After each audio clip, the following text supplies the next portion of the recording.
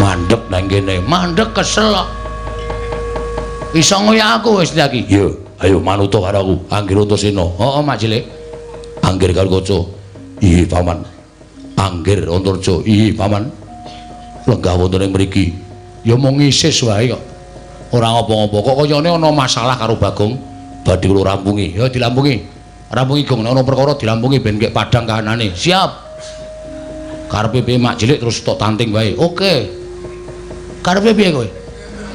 Terus kaya lho kaya kowe mau wis tak ajar mau saiki mambu keri mau saiki wah jan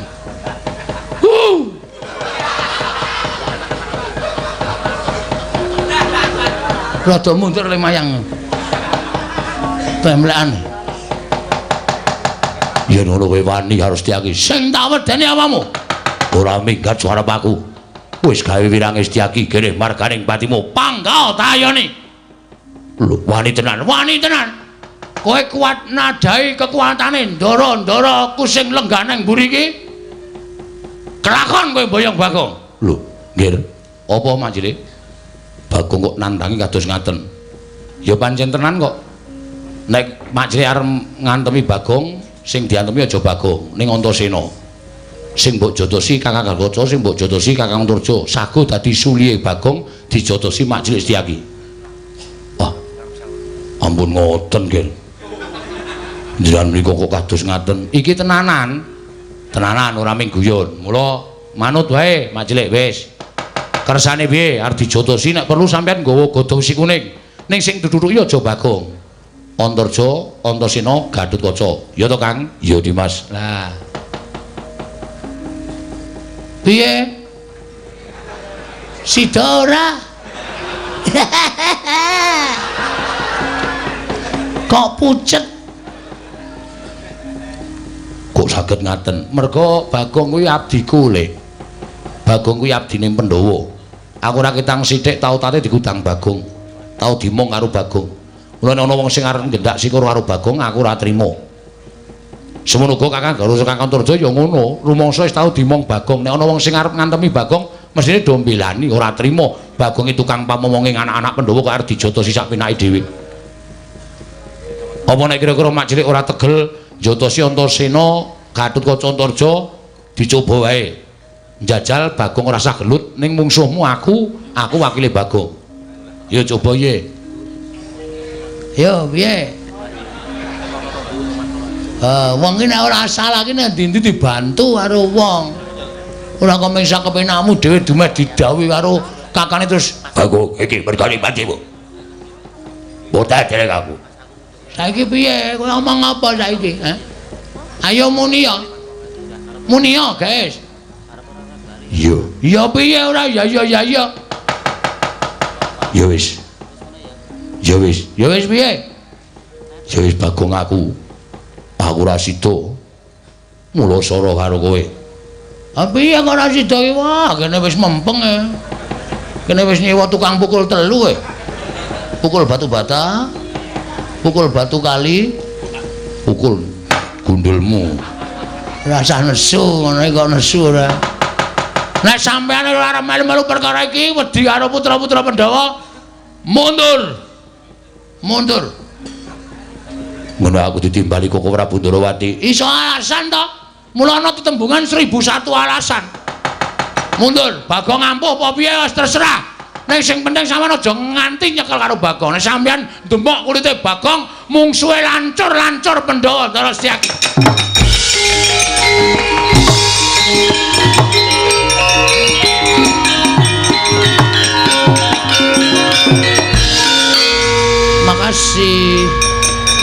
Makasih. Yo padha-padha. Beres pisan lah yo. Jane beres kowe gendang bali ana Pandhara bapakmu rasa adul-adul ya, Gong. Nggih. Malah yen perlu engko sak budalmu aku nututi karo kowe. Nek wis tak tututi aku arep bantu karo bapakmu karo Kakang Garwaca Kakang Antarja. Siap. Weh, aneng Kula mulai iso didukani bapak mergane. Kula mulai kon nggawa pusaka 3, tumbak Karawelang, payung tunggul naga, kalih pustaka jamus jimat 5 sada ndara. Lah terus piye? Wah, kula dhewe ya ora iso mikir.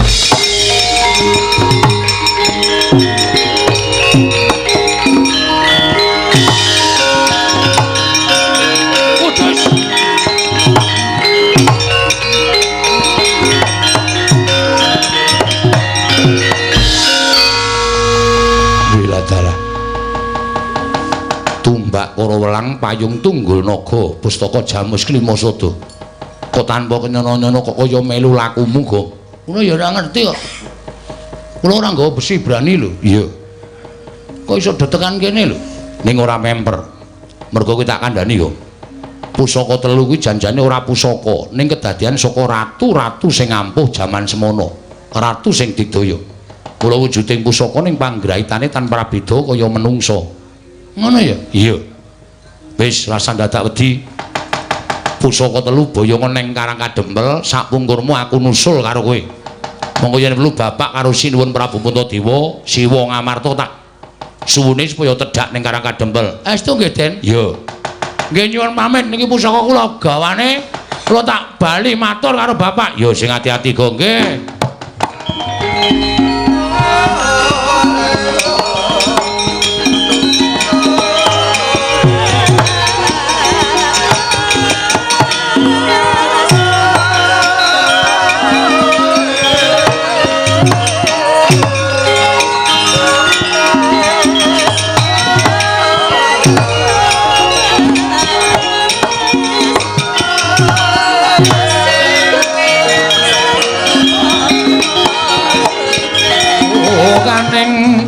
Warana tarlen saking liyep layaping aluyup pindha pesating sumbana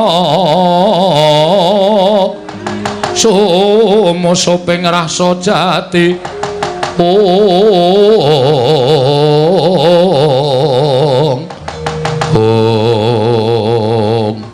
kocap kacaitan kesemanten datan kawusa nedeng mapan wonten telenging kedatul Nono gantung ucapo nata Ndarawati ngawing ingkang rayi Raden Haryostyaki dupi mulat kula daging asta ingkang ngaraka ing Ndarawati gragapan Raden Setyaki meka padha kersaning napa ing Ndaraka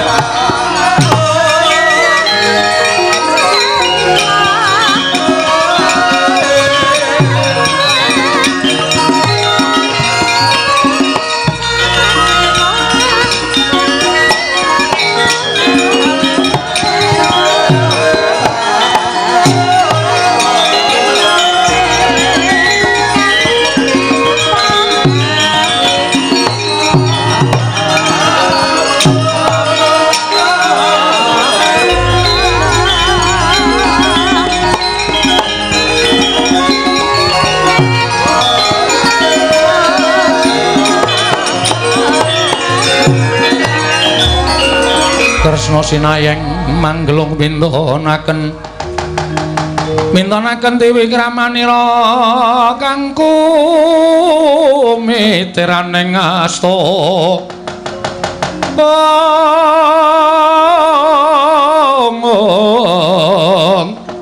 kang kumitiraning asta aning asta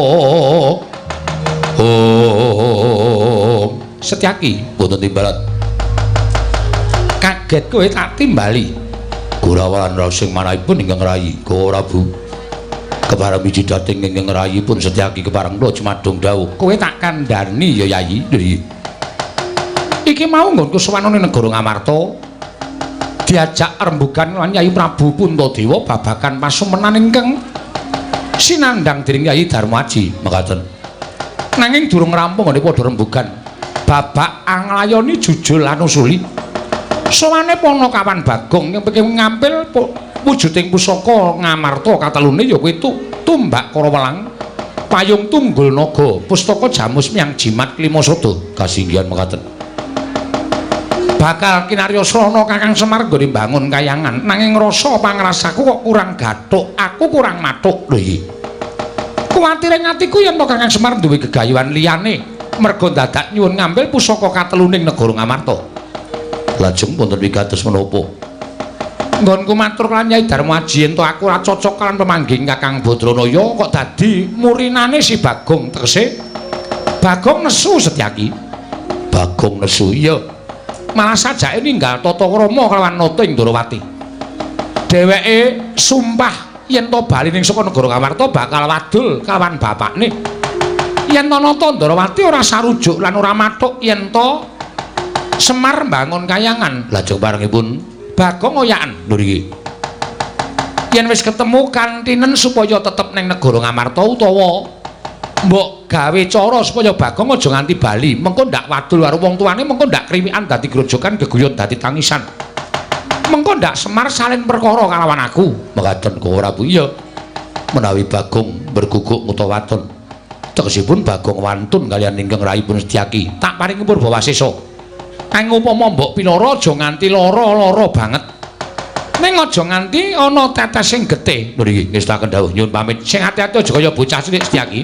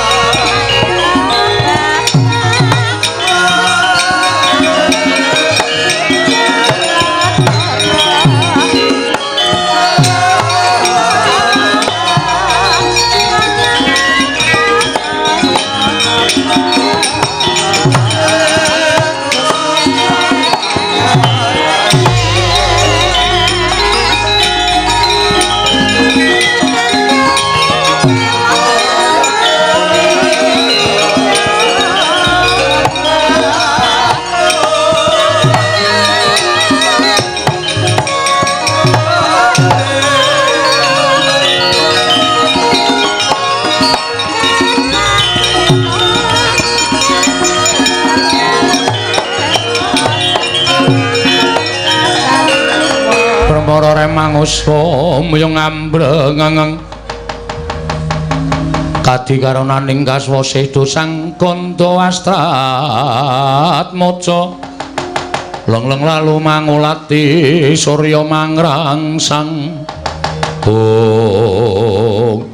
wonten dawuh Rama Kyai miji dhateng ingkang putra pun Gatotkaca wonten dawuh Rama Kyai miji dhateng putra pun Antarja ana apa Pak kok bapak ngawe karo anak-anak Gatotkaca Antarja Antasena wonten timbalan ana apa Pak Ngamarta ketekan Bagong diutus karo bapakne nggone bakal bangun kayangan bangun kahanan negara Ngamarta supaya uripe kawula pindhane ning kayangan nanging jebul niate Semar dianggep ora prayoga karo Kresna kakangku terus nganti Bagong padu karo Kresna kakangku iki mau aku karo dhewe Kresna kongkonan Setyaki kinen nyekel karo si Bagong. Wah Gatot wonten timbalan Antarja wonten timbalan Antasena piye Pak ora ketang sithik kowe tau tate dikudang karo Bagong dimong karo Bagong kuwi Panakawan nadyan aku wong tuamu wae tau tate nampa pangudange Bagong. Kowe tak kongkon le cah bagus Bagong ayamana yen Setyaki arep mulasara karo Bagong kowe tak paringi purba wasesa pamanmu garba ruji Jatasana. Sendika ngestaken dawuh serius Pak yo tenan iki yo tenan nek tenan njaluk pamit nek pancen Mak Cilik Setyaki arep gendak sikara karo Bagong aku ora trima lahir batin upama ora didhawuhi karo bapak nek aku weruh aku mesti ngewangi karo Bagong. Mangga to aja kaya bocah cilik. Nyuwun pangestu Pak. Yo.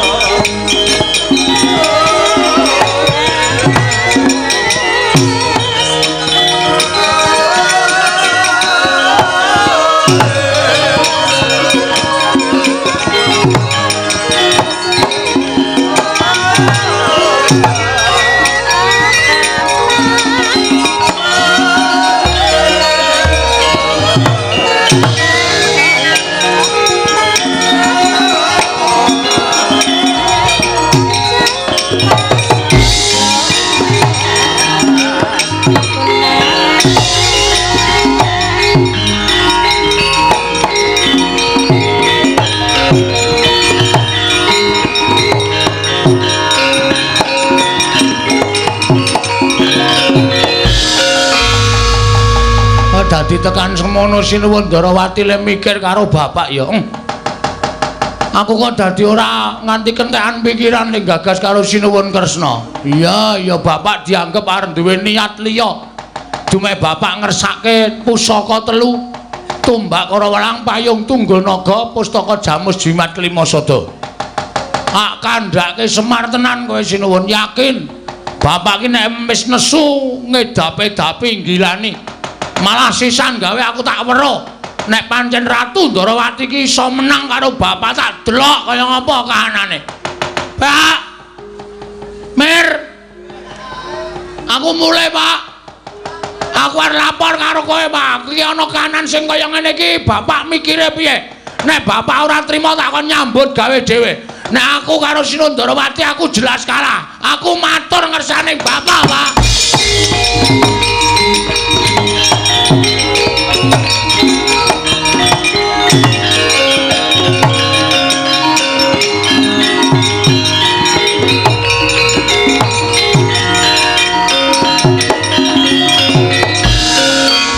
Tinututi lamun katututan lamun mangsa prawira digdaya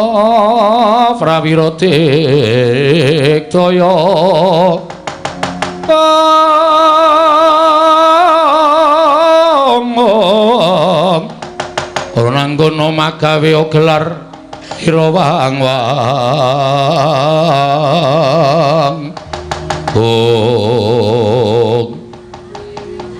Ndara Setyaki iya kok tiba-tiba mak bedunduk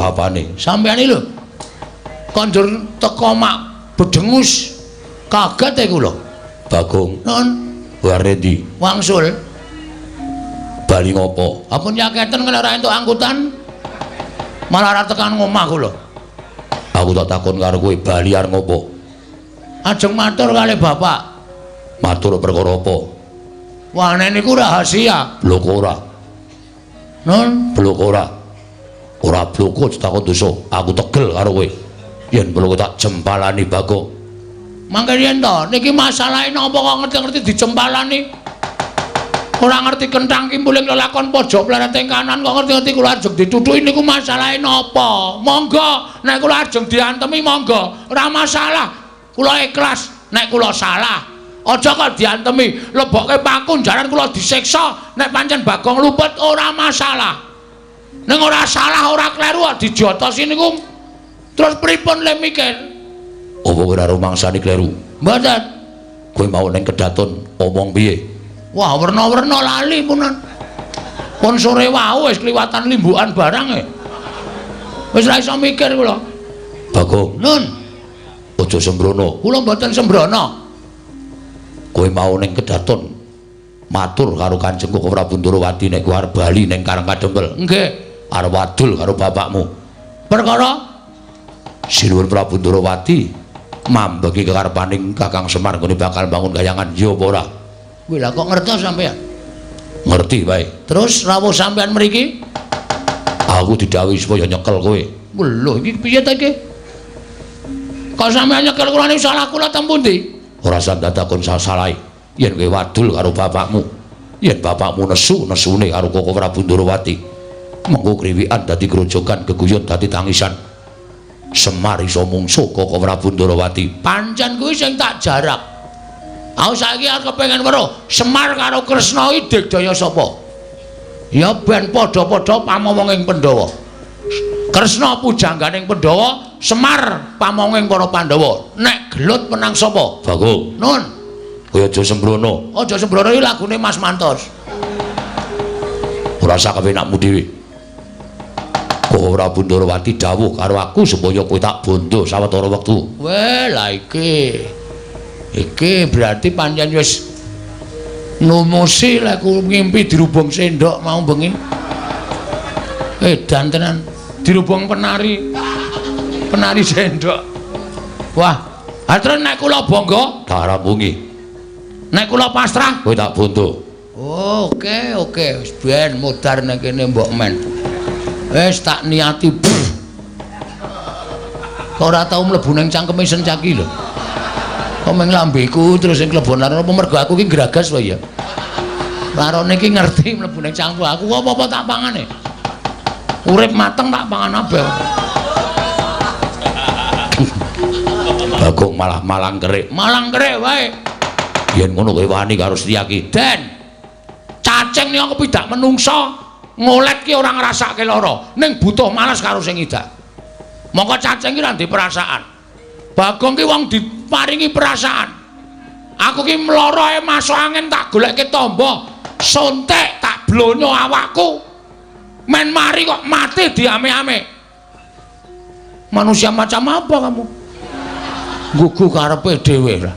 Apa dikirane sampean getak-getak karo Bagong ki aku miris. Aku wedi. Gak no. Wah. Gak wedi aku. Yen ngono kowe wani karo aku, wedian diamput lho. Malah miso-miso ya men. Ora minggat suara aku, ora manut terus Setyaki kene markaning patimu. Jajal, sekseni piyai semene. Sencake karo Bagong menang sapa? Mari dicoba. Coba, ning dituku lho ora mung dicoba-coba. Tuna dicoba-coba. Saya ombo. Mati dening aku. Mangga ayo.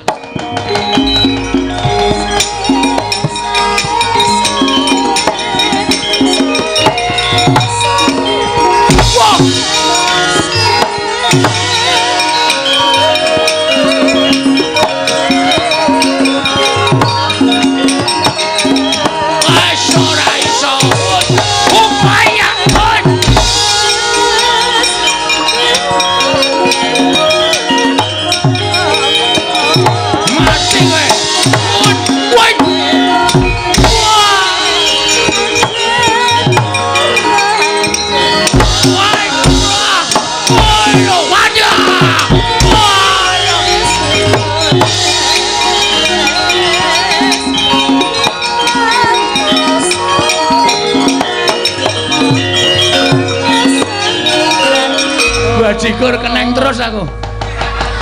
Ngasem kok. Tak tendang ayo meng sikilku ki meng sekilan. Nendang ya meng mat lalu ngono. Ngantem ya luput, nendang ya luput, Setyaki mbungahe ngantem karo aku. Wis jelas.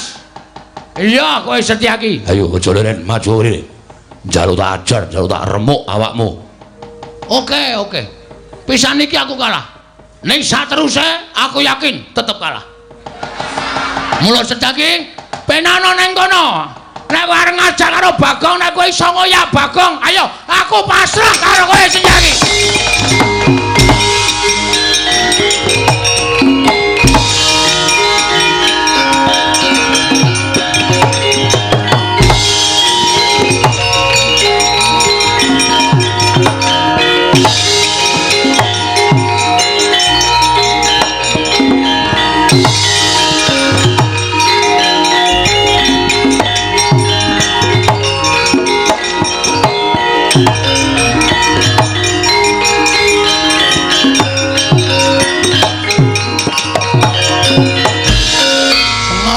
Iso ngoyak aku. Bekas copet e. Nggare sendok copetan lek mlayu iso slep. Ora iso konangan wong e. Ayo Oyan. Ora iso ngoyak aku laporke bapak ben geger Ndarawati karo Karang Kajembel wis.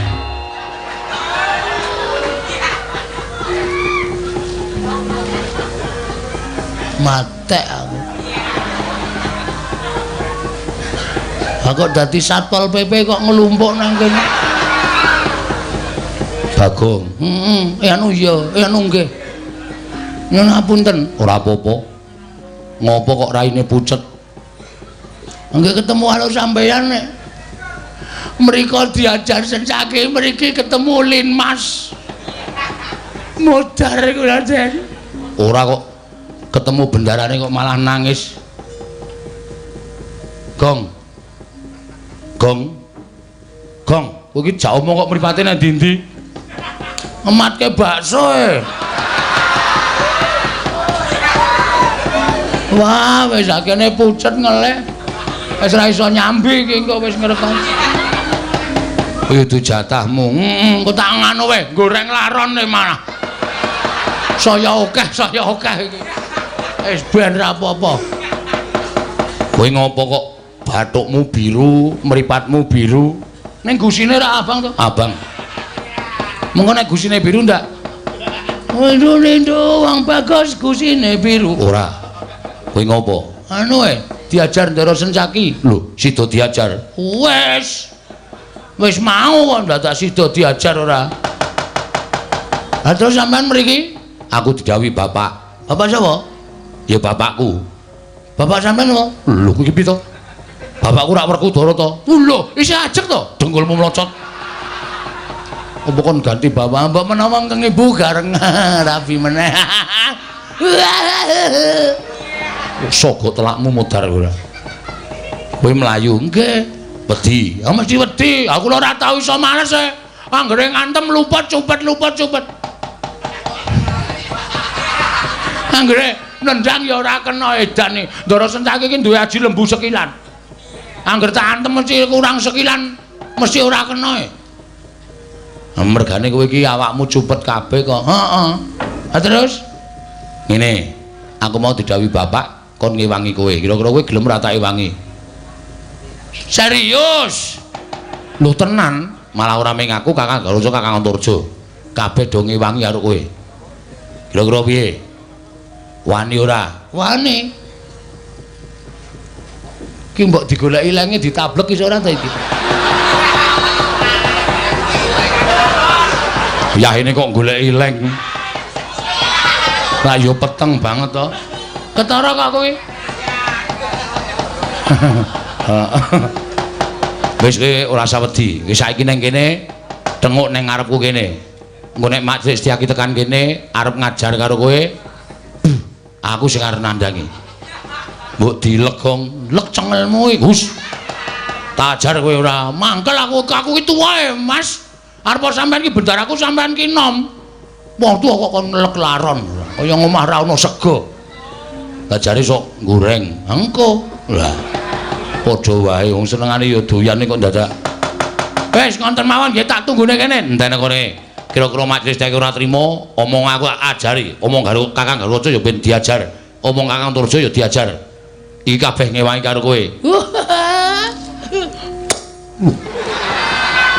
Ngambung ora. Malah meng pipi Meng pipi iki ra apa-apa. Cipika-cipiki. Tondo apa pas duluran. Iya. Tantenane kene. Wah, gleleng ya aku arep sumbar. Tak medhenteng iki. Iya, malah kerik. Ra apa-apa wis sakarepmu. Rada memburi. Iya. Wah, ngatur banget ora. Sencaki tekane langsung tak tantang. Piye? Ngejak gelut nek ye. Kono muni mati dening aku. Ndara Antarsena, Ndara Garusa, Ndara Antarja. Ndara Sencaki diajar ora. Ampun. Woi lah kae. Niki napa mlayu-mlayu niki napa? Oh kae apa? Iki apa nang irung barang? Ngosek Ndara Sencaki kok kaya latihan gestrek.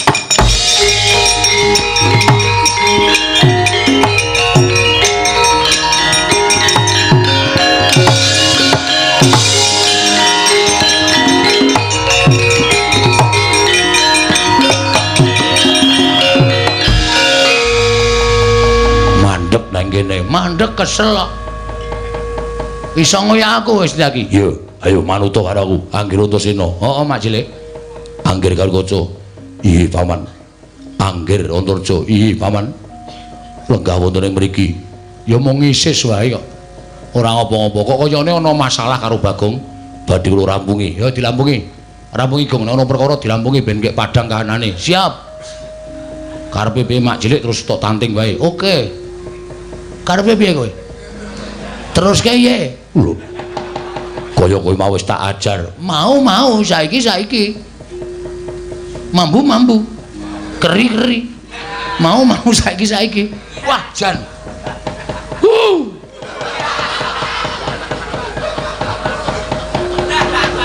Rada mundur le mayang. Pemlekan. Yen ngono kowe wani harus Setiaki. Sing tak wedeni awakmu. Ora minggat suara aku. Wis gawe wirange Setiaki kene marganing patimu. Panggal tayoni. Lho, wani tenan. Kowe kuat nadai kekuatane ndara-ndara aku sing lenggah nang mburi iki. Kelakon kowe boyong Bagong. Lho, nggih. Apa manjile? Bagong kok nandangi kados ngaten. Ya pancen tenan kok. Nek manjile arep ngantemi Bagong, sing diantemi aja Bagong, ning Antasena. Sing mbok jotosi Kakang Garwaca, sing mbok jotosi Kakang Turjo. Sago dadi sulihe Bagong dijotosi Manjile Setyaki. Wah. Ampun ngoten, nggih. Njenengan mriku kok kados ngaten. Iki tenanan. Tenanan ora ming guyon. Mula manut wae Manjile wis. Kersane piye arep dijotosi nek perlu sampean nggawa godhong si kuning. Ning sing duduk ya aja Bagong. Antarja, Antasena, Gatotkaca. Ya to, Kang? Ya, Dimas. Lah. Piye? Sida ora? Kok pucet? Kok saged ngaten? Merga Bagong kuwi abdiku le. Bagong kuwi abdine Pandhawa. Aku ora ketang sithik tau tate digudang Bagong. Tau dimong karo Bagong. Mula ana wong sing arep ngendak sikara karo Bagong aku ora trima. Semono uga Kakang Garwaca Kakang Turjo ya ngono, rumangsa wis tau dimong Bagong. Nek ana wong sing arep ngantemi Bagong, mesine do mbelani ora trima. Bagong itu kang pamomonging anak-anak Pandhawa kok arep dijotosi sak pinake dhewe. Apa nek kira-kira mak cilik ora tegel jotosi Antasena, Gatotkaca Antarja dicoba wae. Njajal Bagong ora sah gelut ning mungsuhmu aku wakile Bagong. Ya coba ye. Yo piye? Wong iki nek ora salah iki nek ndi-ndi dibantu karo wong. Ora kok mengsa kepenakmu dhewe dumeh didhawuhi karo kakane terus Bagong iki mergane panjimu. Boten derek aku. Saiki piye? Kowe ngomong apa saiki? Ayo muni ya. Muni ya, guys. Iya. Ya piye ora ya ya ya ya. Ya wis. Ya wis. Ya wis piye? Ya wis Bagong aku. Aku ora sida mula sara karo kowe. Piye kok ora sida iki? Wah, kene wis mempeng e. Kene wis nyewa tukang pukul 3 e. Pukul batu bata, pukul batu kali, pukul gundulmu. Rasa nesu ngono kok nesu ora. Nek sampeyan ora arep melu-melu perkara iki wedi karo putra-putra Pandhawa, mundur. Mundur. Ngono aku ditimbali Koko Prabu Ndarawati. Iso alasan to? Mula ana tetembungan 1001 alasan. Mundur, Bagong ampuh apa piye wis terserah. Nek sing penting sampean aja nganti nyekel karo Bagong. Nek sampean ndemok kulite Bagong mungsuhe lancur-lancur Pandhawa Ndara Setyaki.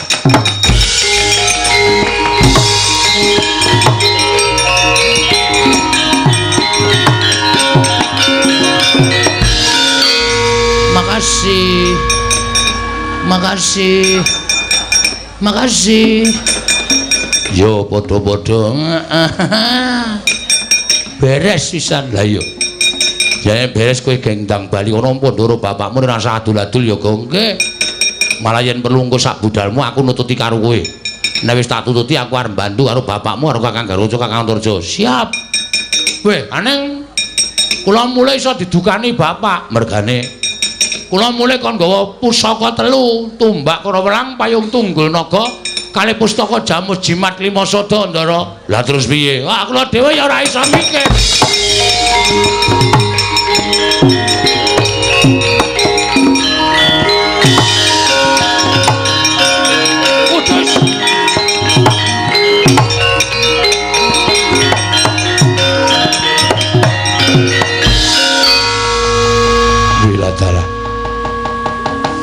Tumbak Karawelang, payung tunggul naga, pustaka Jamus 5 Sada.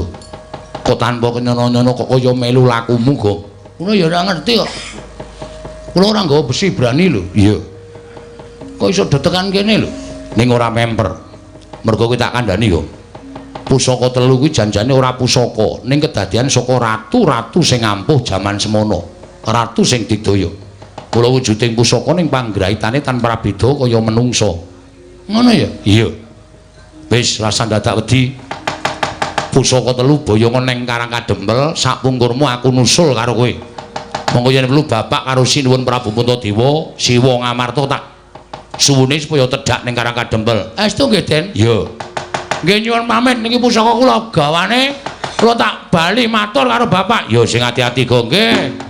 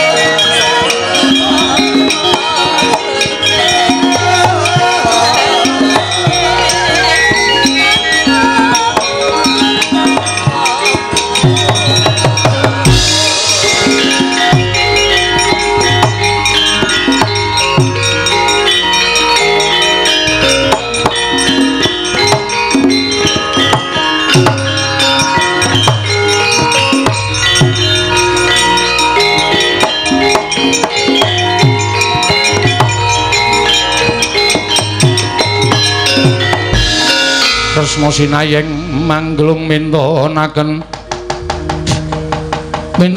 Dewi Kramanira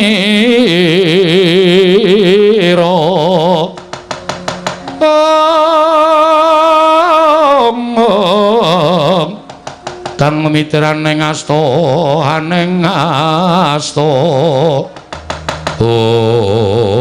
Arjuna ulun paring adhawu ora mati ndugamana. Lah kok dadi Setyaki malah ora ngetok. Monggo tak utus supaya nyandhet kelawan lakuning Bagong. Lho Arjuna kula wonten paring adhawu. Rasaku kok kaya ora kepenak kepareng paduka Kanjeng Koko Prabu. Aku tak munggah ning kayewangan pareng paduka. Aku tak nyuwun prisa kelawan Sang Hyang Pikulun Jatimurti. Niate Kakang Semaniki mau pancen lahir batin nebakan balung kayangan. Apa ana niat ingkang sinandhi ingkang sinimpen legetaning penggalih Kakang Nayantaka? Ingkang darbe niat ingkang ora prayoga. Mboten Koko Prabu lajeng ingkang rayi. Sawetara wektu tungguna ning kene. Mengko sawise aku entuk pangandikan Hyang Jatimurti aku bakal nemoni kelawan sira Yai Arjuna. Koko Prabu sembah kula ingkang nderekaken Jengkar Paduka. Iya, Yai Janaka.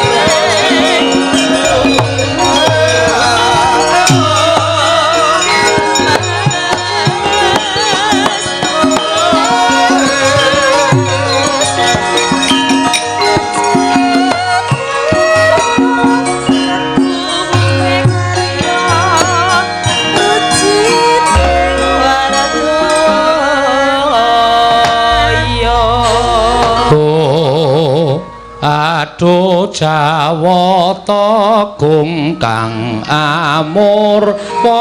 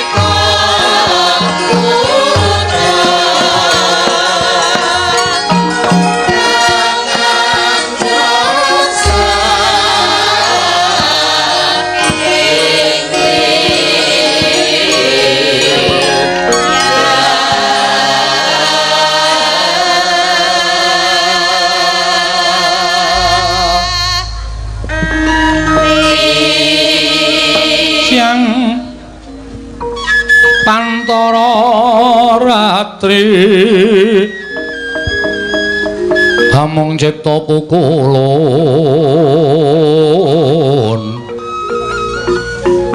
Om tanono liwan kaeksi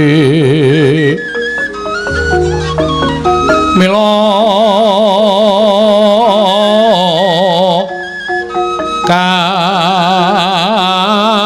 katur kang cun domane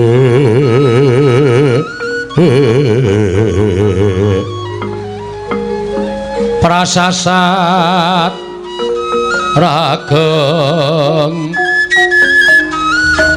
ulun kang sumembah mung gwing pratanta Prabu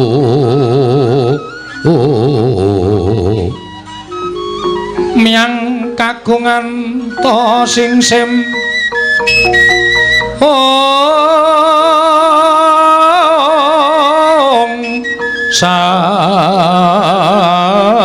sat sampun prapti katonas topukulun la Tenorapati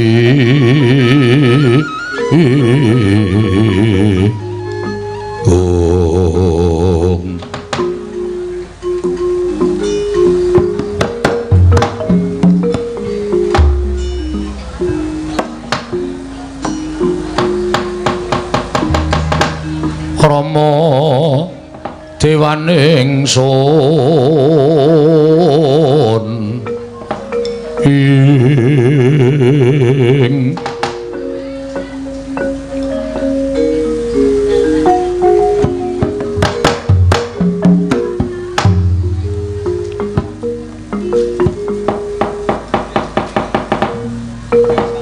Mastu Nomo Sidam Skaring Bawana Langgeng Kakang Lodo Kakang Resi Kanika Putra perkencong warudaya Pak Pong Bu Bolong kali codhe sapa sing gawe menawi di mila kawenas kayiwangan mboten katos padatan satemah karya geger sangganing para durandara menika mboten panglingkat disowanipun Kresna ingkang abiyantara ning ngarsanipun ingkang rayi Kakang. Ah nggih.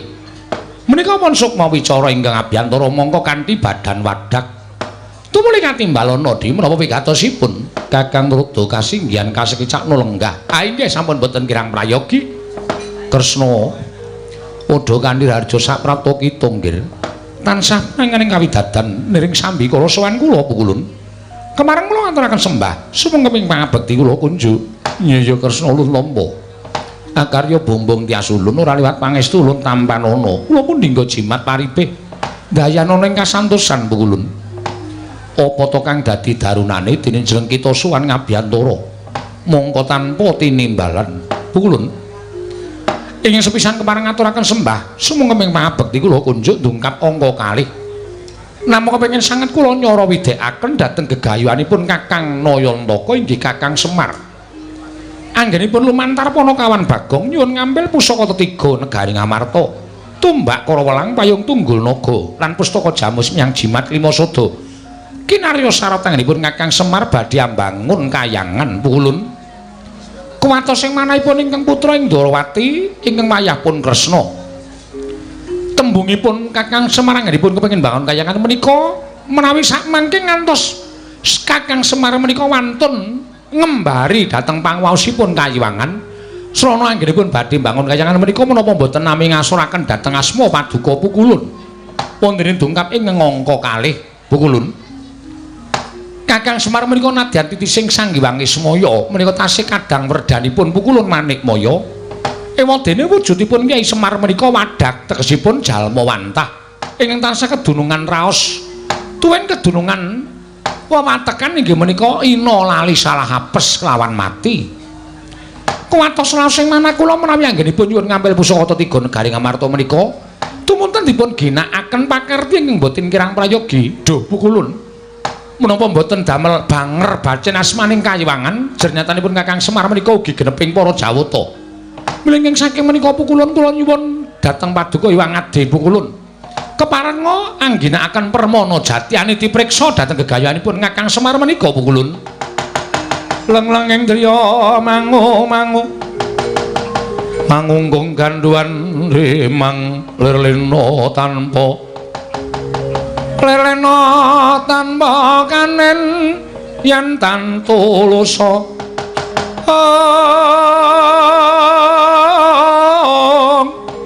Amangku sang Dyah Utama Nalendra muda wuwuse angrerepa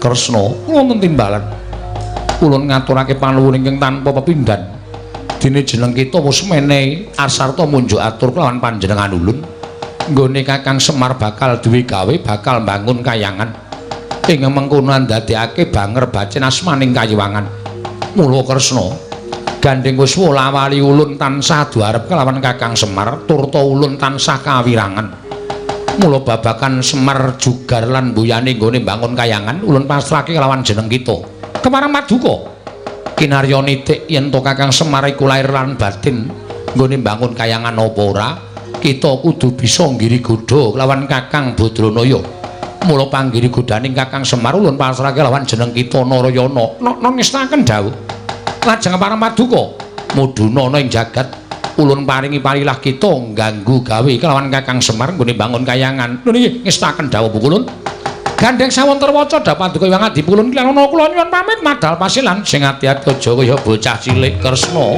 wayah uluning Ndarawati palugon lagune nglekas Lukita linuting kidung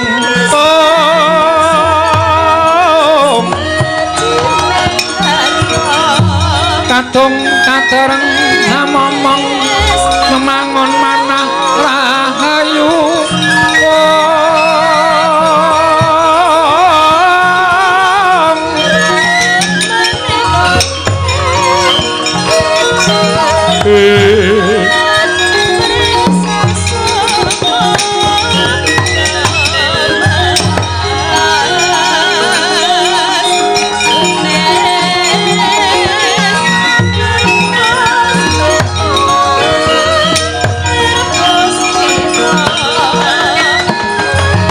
Permoni kula wonten timbalaning ngadhawuh pukulun aja wedi kangelan ketapno Purwadyabala baju barat kabeh ki nen lumarap ana ing Karang Kadempel susupana jiwaning kawula sak Karang Kadempel aja nganti padha nayogyani Kakang Semar nggone mbangun kayangan yen perlu jiwa ingkang resik jiwa ingkang suci tumindak ingkang becik ingeren kiblate supaya tumindak kang ora prayoga non ngestaken dawuh pukulun lajeng Lelanana kula nyuwun pamit madal pasilan tumurun wonten madya potong tapakan saking Wadyabala iya sing ati-ati permoni aja kaya bocah cilik Bathari Durga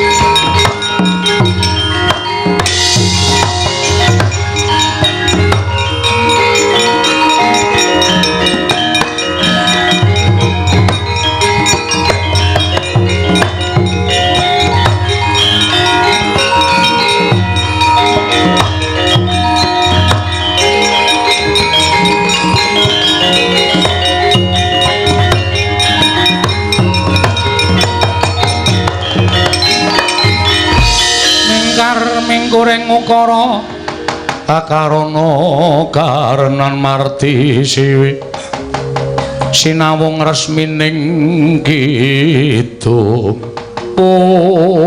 Koko Rabu kepareng kula jumadung dawuh Arjuna kula wonten timbalan prastawa dawuh timbalaning Iwang Pikulun Manikmaya pancen pun Kakang Kinarya niti priksa kelawan niating Kakang Semar apa pancen lahir batin bakal mbangun negara Ngamarta apa pancen mung kepengin ngembari marang panguwasaning para Jawata jer tembunge mbangun kayangan kasinggihan mekaten Nai menapa mboten badhe ngleling semi ngatasipun paduka menika sami priksa.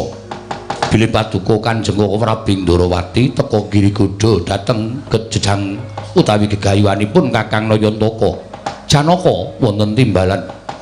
Aja wujud nata Ndorowati lan Arjuna kepareng paduka yen pancen Si Adiwasis maraya tututana kekarepanipun Kakang. Monggo Kaka Prabu kula dherekaken.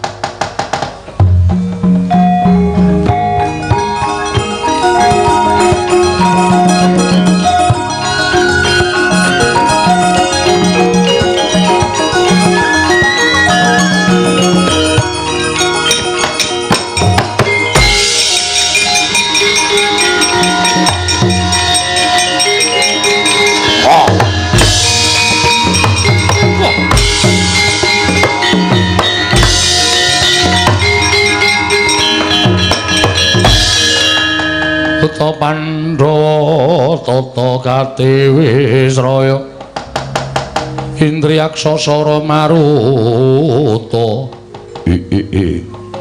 Janaka wonten timbalan Kaka Prabu. Wis wujud kaya ngene aja nganti walang ati rasam.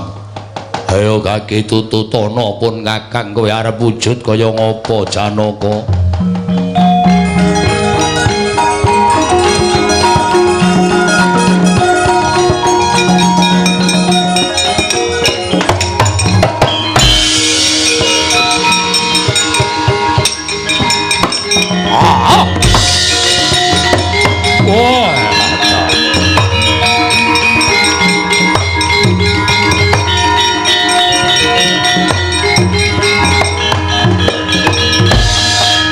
Aku wujud buta. Apa dasarmu kowe wujud macan? Menawi kula mlebet wonten ing Karang Pradesan tartemtu gegeraken sangya para kawula Karang Pradesan. Kanthi cara mekaten boten tumanjem manahipun para kawula menawi badhe nyengkuyung Kakang Semar anggenipun bangun kayangan. Yo, aku tak ngambah Dirgantara kowe nasaka Karang Pradesan Karang Kadempel iki. Monggo kula dherekaken Kaka Prabu.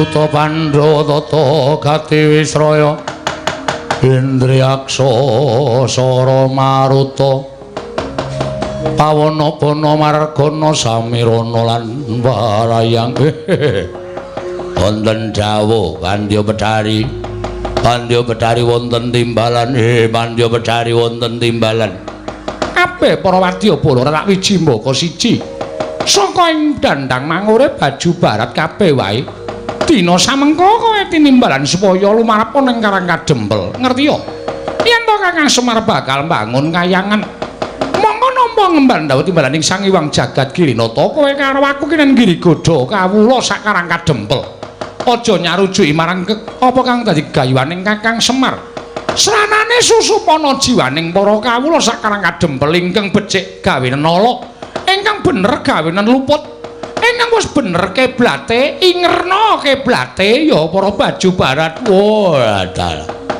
lajeng pangkatipun Prawadya Bala benjang menapa kang sampun ngobor cara lintang tu beliau mangkat dina iki non ngestaken dawuh nyuwun pamit pandya badhari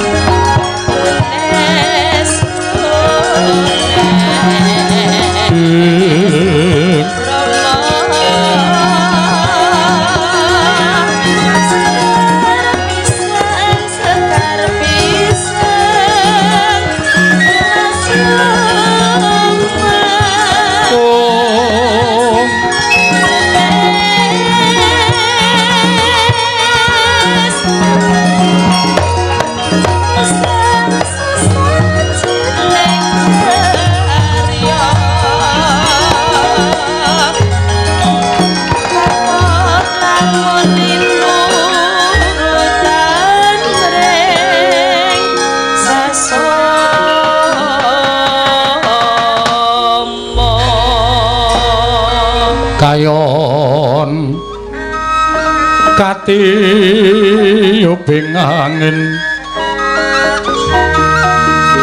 sumyak swaraning karengyan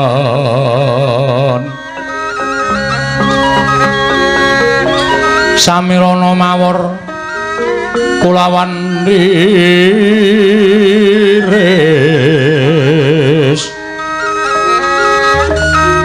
lumrang kantaning puspita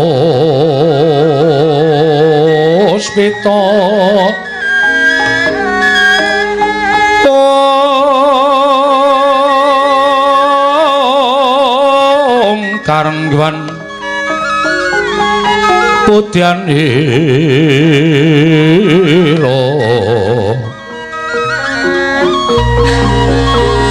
sang Dwijawara mbrengeng lir swaraning madu branta manungsung sarine ngembang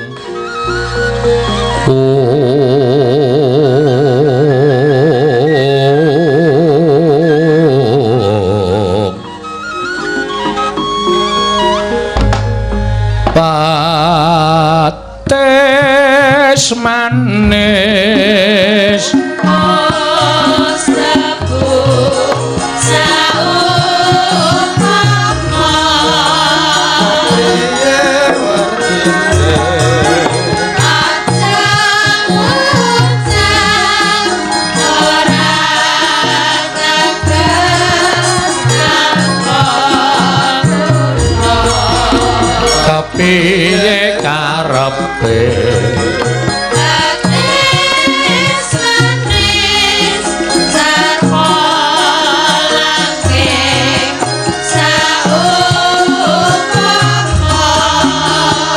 piye wardine aja ucap yen to aku sabudono damar mancung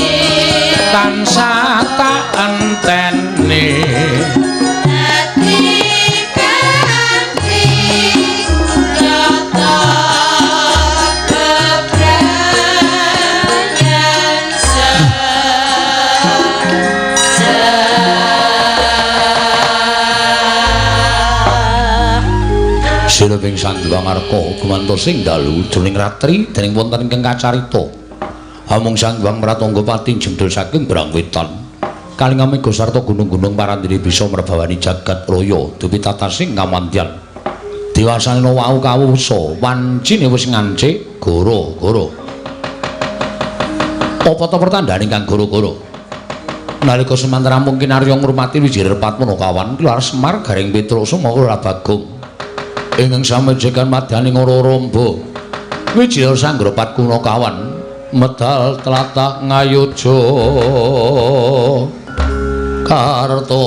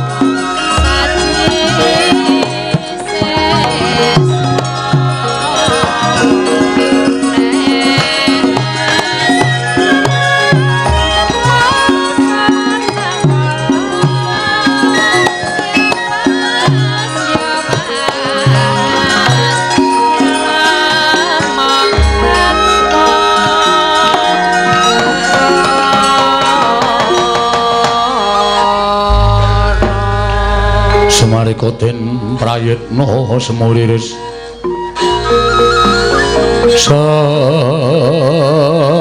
semuriris eko balik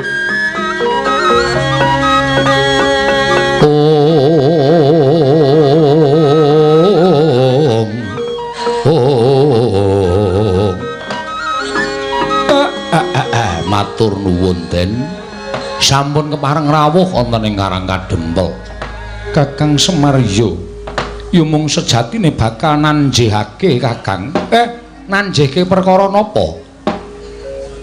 Pusaka Ngamarta katelune, tumbak Kurawelang, payung tunggul naga lan pustaka Jamus kelima sada.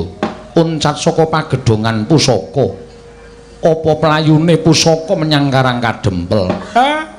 Sejatosipun plajaring pusaka ngetutke kalih anak kula Bagong. Tumunten sampun dipun pasrahaken dhateng kula lan sakmangke sampun kula papanaken wonten ing papan ingkang murwat lan boten badhe wonten menapa-menapa. Ya to yen pancen kaya mengkono Kakang, aku ngaturake panuwun lan nedha nrima sarta uga ngaturake sepira keluputanku diagung pangaksama. Dingemeh bayaku kerut larut kelawan pengendikaning Koko Prabu Ndarawati Kakang. Mboten napa-napa. Ning sing bagu gegayuhan kula menika mboten gegayuhan kula pribadi. Niki kangge negara Ngamarta.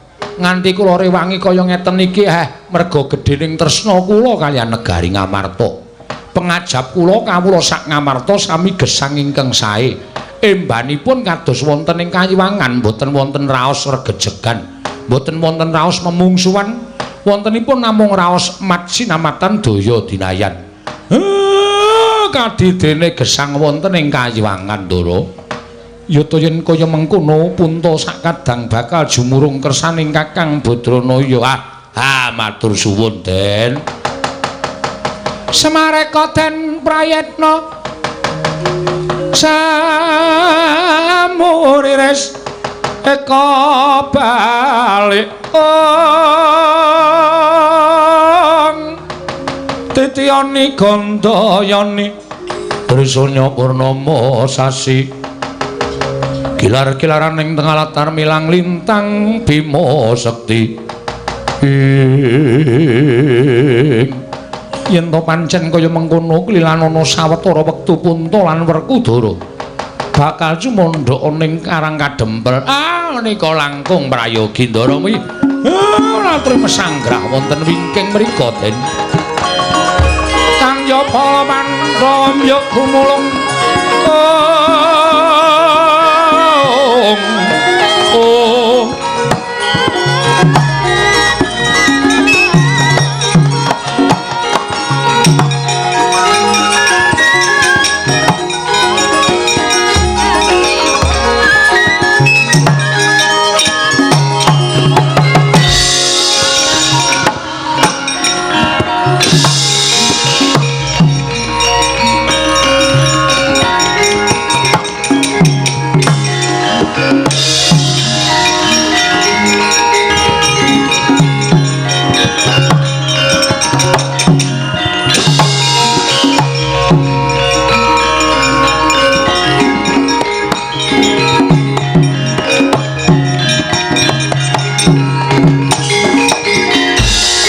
eka den prayitna semurire seka balik titiyane gandayane trisanya purnama sasi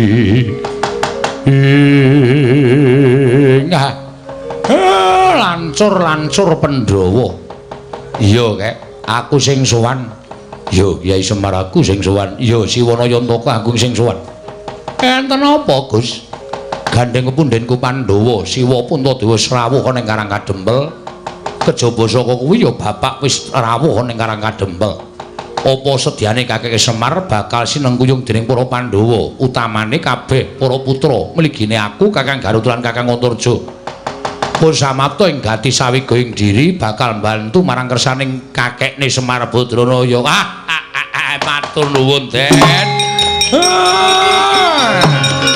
derek bingah kula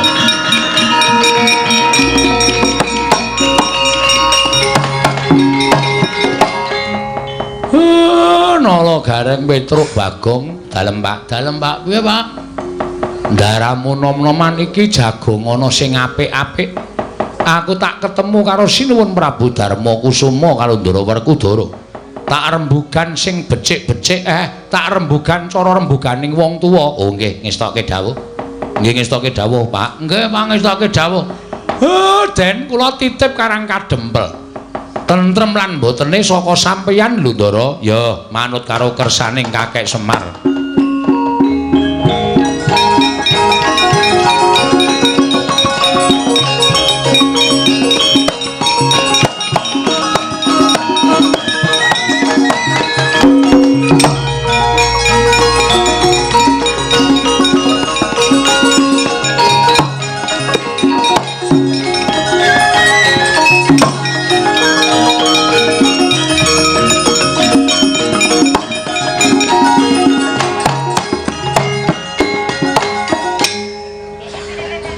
ya ora wangun ta Truk ya iso ora apa-apa karang mbangane dadak diseseke kesel ya awake dipun sengicaken nggih Gus iya nala gare wis ora kurang kepenak ngersake ngunjuk napa niki mumpung bapak mboten wonten kula karo sampeyan karo Ndara Candra Antarja jagongan mat-matan bebasanipun wareg sing tanpa mangan seger sing tanpa ngombe adu kecerdasan ya kena bedak-bedik ya kena apa ring bedak-bedik ya apa bedekan kuwi jenenge bedak-bedik ora anu wae yo remi hus Bagong iki apa ora iki enem cukup lho iki iya ngene kula kuntumbaske alate rasa enggak moh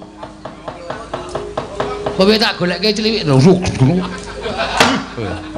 wong kok omongane bangsa kaya ngono lho mbaya sing apik kok ora kaya bocah cilik ora gunjang ganjing langit kelap-kelap aton lirkin sanging ngrisang maweh gandrung ngramyang balaning sang Betari Durga wis manjing madyaning Karang Kadempel eling-eling watak kajiman datan sumrupan dening sinten kemawon sigra manjing angganing Sang Antarja nalika semanten dadi malik watekaning Sang Antarja nyaut Sang Garukaca linarak wani kagiat Sang Antasena wau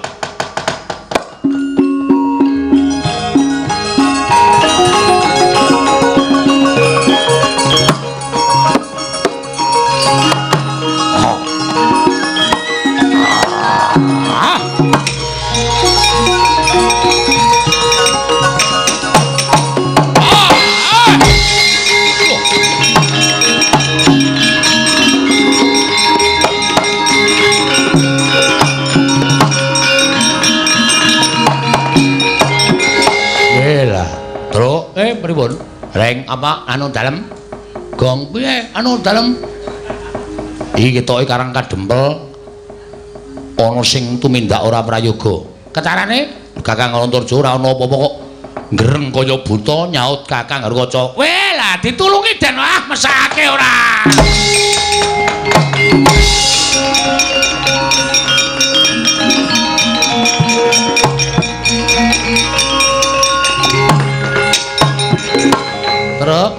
ngati-ati iki demit-demit disebar karo wong sing ora seneng karo bapak buktine Ndara Antarja ketoke meneng bae kok ngerti-ngerti gero kaya buta. Nyaut karo Ndara Gatotkaca. Ora ngalamun lho, Tru. Ora ngalamun. Arepmu kok nek Kang Slupan. Ora ngalamun. Mripate iki dijereng. Ora, aku ora ngopo-ngopo ya rek. Bagong sing ora ngalamun. Ah ora tau ngalamun ki apa ta, Truk? Mbok wong ki realitas saja. Rasa ngalamun sing werna-werna nek nganti Truk, weruh ora kowe. Lho apa? Celorot abang-abang mau. Jarene wong tuwa ki nek celorot abang kuwi daru beksi. Kuwi teluh brojo. Kuwi santet. Mula ngati-ati wong melek ki bakale entuk kekuatan. Ora sembrono kowe soalé. Nek nganti Kang Slupan aku ora kok reng. Aku ya ora kok aja nganti kok ya. Nek nganti ana apa-apa cilaka awake dhewe mati dene aku. Wong, lho, wong.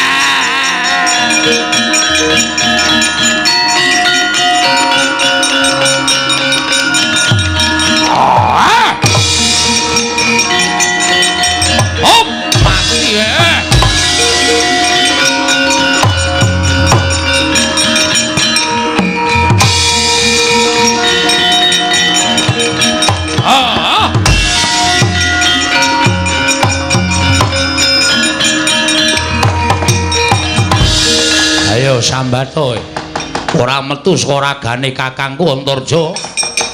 Aku mentolo karo ragane kakangku Antarja. Pulasara dheweke. Woi, ada.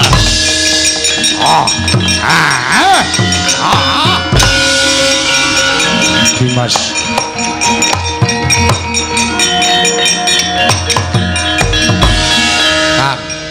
Karang kadempel ditekani jim setan mriprayangan.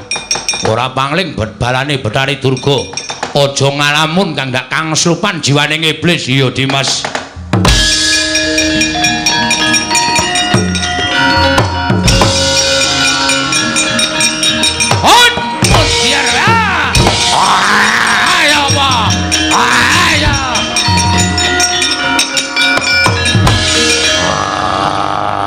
Gong eling le eling. Gong sadar le. Waduh demit apa ya kok nyedot-nyedot barang ngene iki. Gong sadar, Gong sadar. Iya leh ku arep nambani cah iki. Monggo biasane jarene wong tuwa iki nek demit iki wedeni mung karo mambu sing apek. Iya. Ditenono.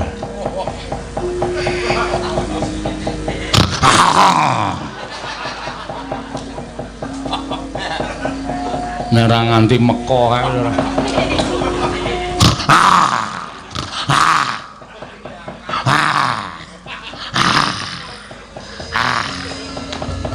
Kapokmu kapane. Kok nek ru nganti metu ru ngarep. Lho kok iso ora gereng. Truk. Mambu banget lho, Truk. Wis eling to kowe. Wis e. Waduh. Ayo nyuwun ngapura. Udan iki tak wisui nganggo sabune ra ilang e. Kebangetan kok iki, Truk. Ngati-ati lho, kok ngati-ati. Iki kabeh Karang Kadempel kawulane akeh sing padha Kang Slupan mesti tibani karo daru beksi wisa racun. Mbok sapa sing nibani. Mula welingku aja ngalamun le. Aja ngalamun. Wah, ngati-ati pokoke. Ya.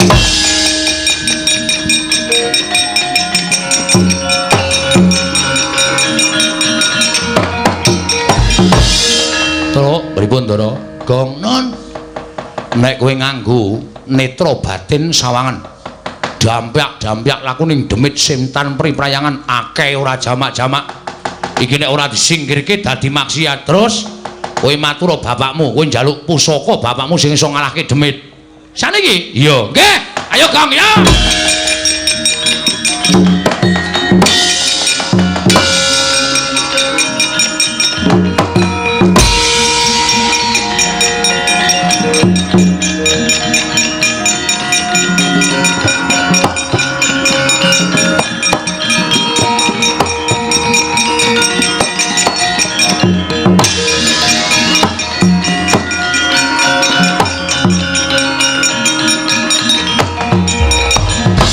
sang ganjing langit kelap-lapaton lir kincanging risang mawe gandrung Pak sampeyan ora nyawang Karang Kadempel kok Pak Karang Kadempel piye tata lair pancen tentrem ning batin kobong Karang Kadempel kobong kenapa ngendikane Ndara Antasena akeh jim setan pripayangan sing dikirim karo wong supaya malik kiblating para kawula sak Karang Kadempel ki mau Ndara Antarja kang slupan dilingke karo Ndara Antasena Bagong kang slupan aku sing nylametke Ndara Antasena dawuh karo aku bapak kon maringi aji Jaya Kawijayan sing iso nyingkirke demit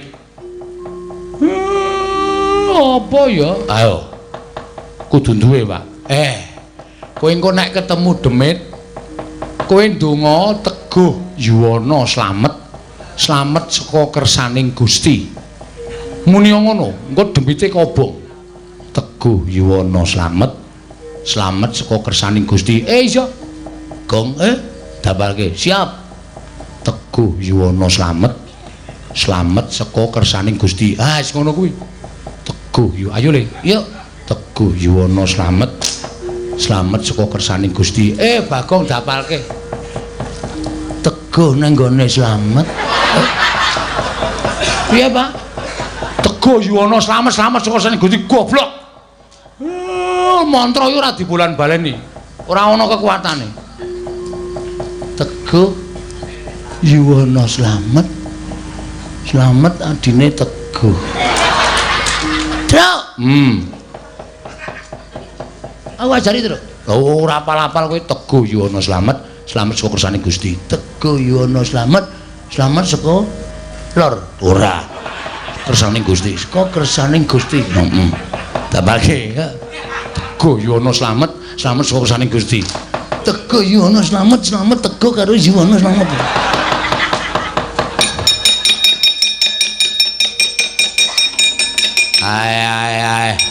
ayo ndi wong Karang Kadempel udus Teguh Yuwana slamet saka kersaning Gusti Teguh Yuwana slamet saka kersaning Gusti Teguh Yuwana slamet saka kersaning Gusti halo Mudyar mandi Bapak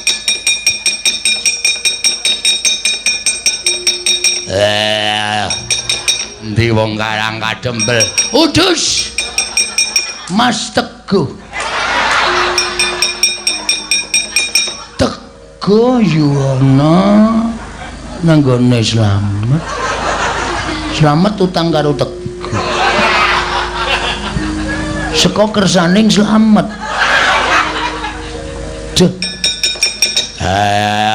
cucup mbun-mbun Mamutra aku ora apal Truk Teguh Yuwana slamet nang gone Yuwana cucup mbun-mbunamu Teguh Yuwana slamet saka kersaning Gusti modal ora kowe weh Teguh Yuwana slamet saka kersaning Gusti kobong awak waduh Teguh Teguh kowe nang gone Yuwana goleki slamet saka kersaning Gusti wolo modar kowe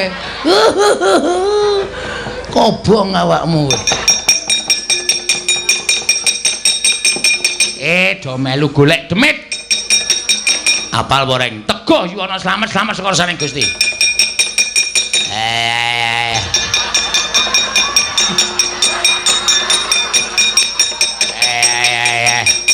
Teguh Yuwana slamet saka kersaning Teguh Yuwana slamet Teguh gah aku nang apa rek kuwi lho Teguh Yuwana slamet ora to ya ora tekan kowe ora Teguh Yuwana slamet saka kersaning Gusti kowe gong kene rampungane kene Teguh Yuwana slamet wah demit ki ya ini kok kon mam sosis Teguh Yuwana slamet Mudyar ora kowe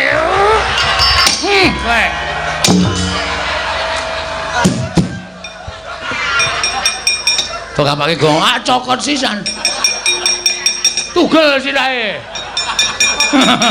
Kaya ndara Gatotkaca aku pancat pundake tak tugel sirahe. Kuwi dimbanke watur aja. Dimbanke ora mati. Karepmu ora.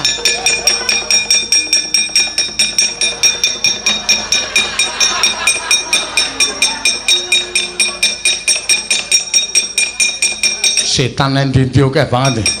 Waduh. Ada apa? Setane medeni gong. Heeh. Weh, lah iki sing mbok menawa jenenge kuntilanak.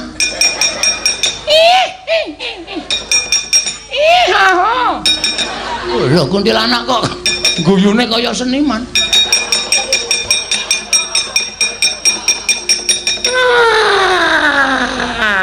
Teguh Yono slamet. Slamet saka kersaning Teguh. Teguh Yono slamet. Trak. Aku lagi weruh demit iki ana raine loro. Apa? Tenane Gong. Wah, domonge kok sing rai dhuwur wedok. Sing sijine lanang.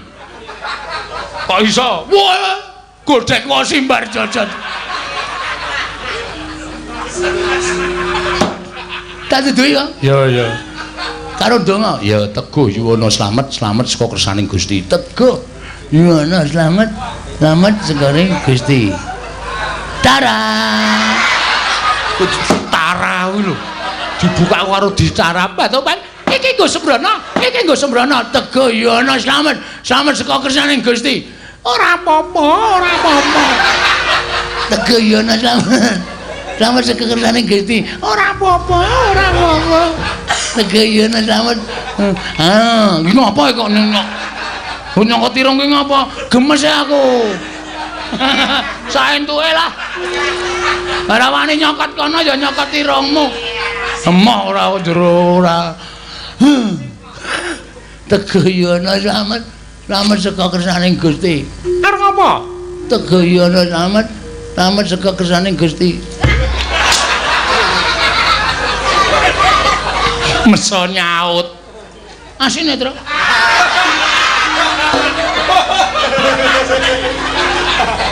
Aku iki wis dipangani karo demit pirang-pirang kok. Kowe ya kole mempeng lho.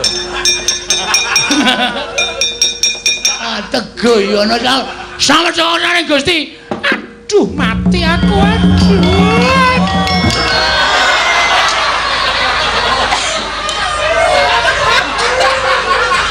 Piye, Gong? Wis aku wis aman nang kene wis. Aku tentrem aku, Tru. Tangi kowe ketibanan demit ngono ora apa-apa. Aku tibanan ora masalah. Iki lho kaya ngene, ora apa-apa wis ben nang kowe rasa piye-piye nang kowe. Kowe nang kowe. Rasa piye-piye nang. Bagong kuwi wis jenese ora jamak-jamak ngerti kono.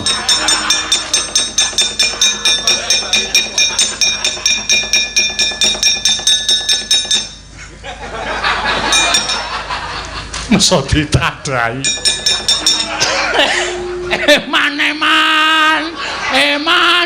Eman. Dapure ora eman. Karo kok ngono ora. Teguh Yuwana slamet modar kowe. Ngungsus kowe tiba pisan. Teguh Yuwana slamet modar kowe. Oh. Rasa tak ketokke ndak. Teguh Yuwana wujuh edan iki. Yuwana slamet saka kersaning Gusti. Wush.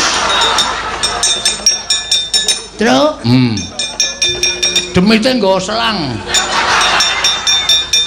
Demit tukang nyirami maning sajake. Teguh Yuwana slamet sawasaning Gusti. Teguh Yuwana slamet.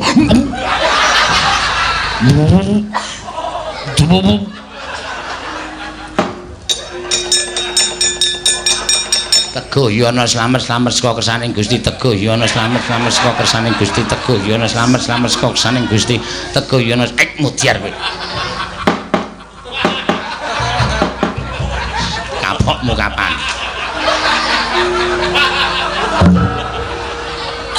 Diukel. Kok kapake reng tak ukel. Kapokmu kapan modar pokoke nek tau ora.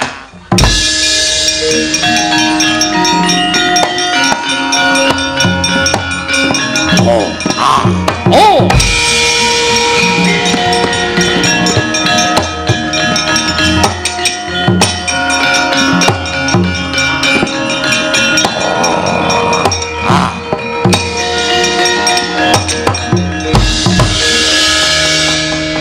Mak Cilik. Nuwun sewu, ora jeneng aku arep wani karo Mak Cilik, nek Mak Cilik arep gawe bubrah gegayuhaning Siwana Yantaka, Mak Cilik kudu mentala karo anakmu dhewe. Siwa Punta wis rawuh ning Karangkadempel, Bapak Kyai Njodipati wis rawuh. Apa Mak Cilik arep tumindak kaya ngene? Apa sampean ora ngrasake jaman sampean kuwi tansah dituti karo Semar? Lah kok mentala mentalane sampean kuwi arep bebeda gayaning Siwana Yantaka. Nek ngono pancen Mak Cilik iki ora ngerti tresna asih karo kakekne Semar, ora ngerti males kabehane kakek Semar. Terusno monggo tekan Karangkadempel. Nek arep gawe bebeda bebedanen Semar Badranaya. Nek kewirangan sampean aja nganti sambat terus sapa-sapa Mak Cilik. Wah. Ah.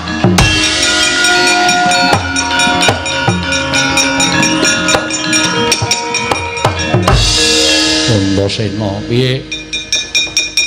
Mergo saka abot-abote kok ora bunggone nyuwun kelawan aku ngrewangi marang kersaning Kakang Prabu Kresna. Wis aja tok penggalih.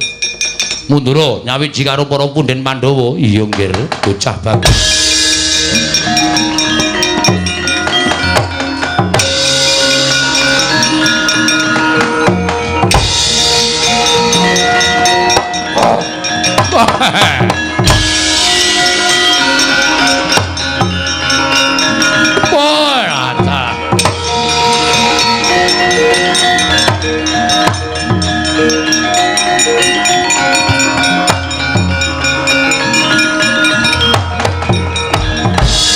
Marika den prayitna semuriris eka balik titiyane Gandayane ing Semar. Sapa?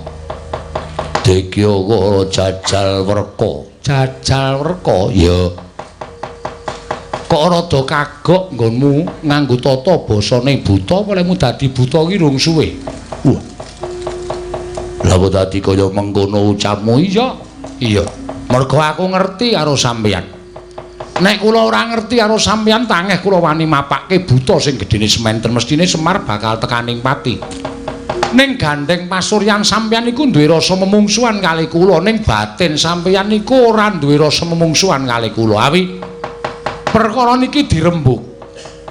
Kula ora duwe niat liyane kepengin bangun kayangan gawe tentreming negara Ngamarta. Ora kesasapan niat ala liyane. Lahir batin bumi langit dadi paseksen. Semar mung kepengin dandan-dandan negara Ngamarta. Ewadene niat kula niku mang arani tumindak sing ora apik, monggo mboten napa-napa. Ning ampun terus sampeyan mutusi perkara kaya ngeten iki sing dadi nyatane. Nek genep setahun 2 tahun Ngamarta ora owah kaya sing kula jangka, lah niku tegese kula duwe kekarepan sing ala. Kula duwe niat sing ora apik. Lumerek ing wanci gumanti ning dina mengke sampeyan arep entuk bukti Semar niku niat mboten ndandani negara Ngamarta. Lan sampeyan kudune malah mbelani kali kula, ora kok malah dadi pacoban tumraping Semar. Wong apik alane negara Ngamarta niku mengke sampeyan ya bakal ngembet asmane sampeyan, ya ngembet jenenging Semar. Ora Semar golek jeneng mboten. Ning niki dadi kewajiban kula dandan tumraping Pandhawa lan tumraping negara Ngamarta sinuwun. Wah!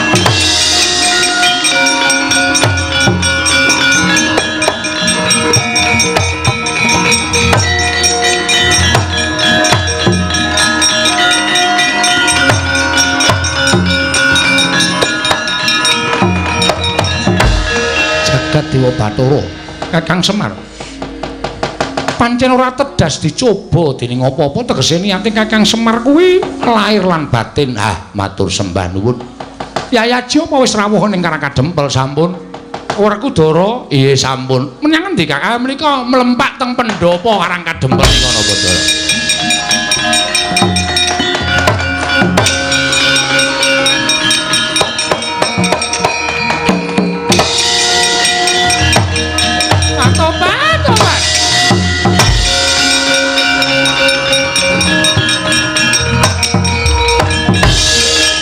Semar wis rasakakean gunung sing tanpa guna.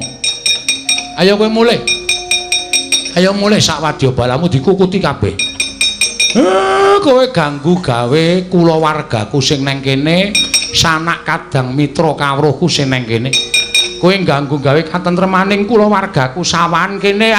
Kumbala geni. Nyuwun pamit Kakang, nyuwun pamit.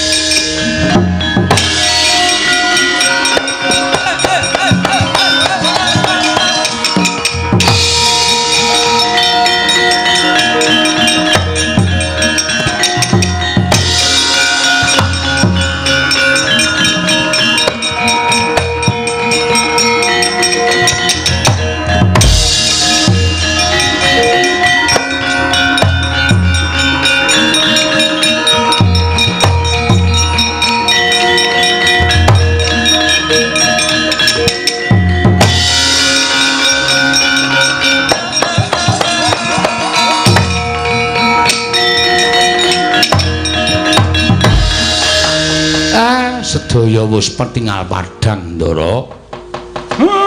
Mugi-mugi kelaman anggen kula bangun kawula sakwetahipun bekasan mujudaken papan ingkang reja, ingkang tentrem lan ingkang rukun. Iya, Kyai Semar. Purnaning gati pungkasaning crita kula dalu punika nawi wonten lepatipun diagung pangaksami. Sura Sudirajane ingkang retsa berasta teng kaping 8 Darmastuti. Rahayung samya makarya rahayung samya pinanggih. Suminten bakul tela cekap semanten crita kula dalu punika Ndara.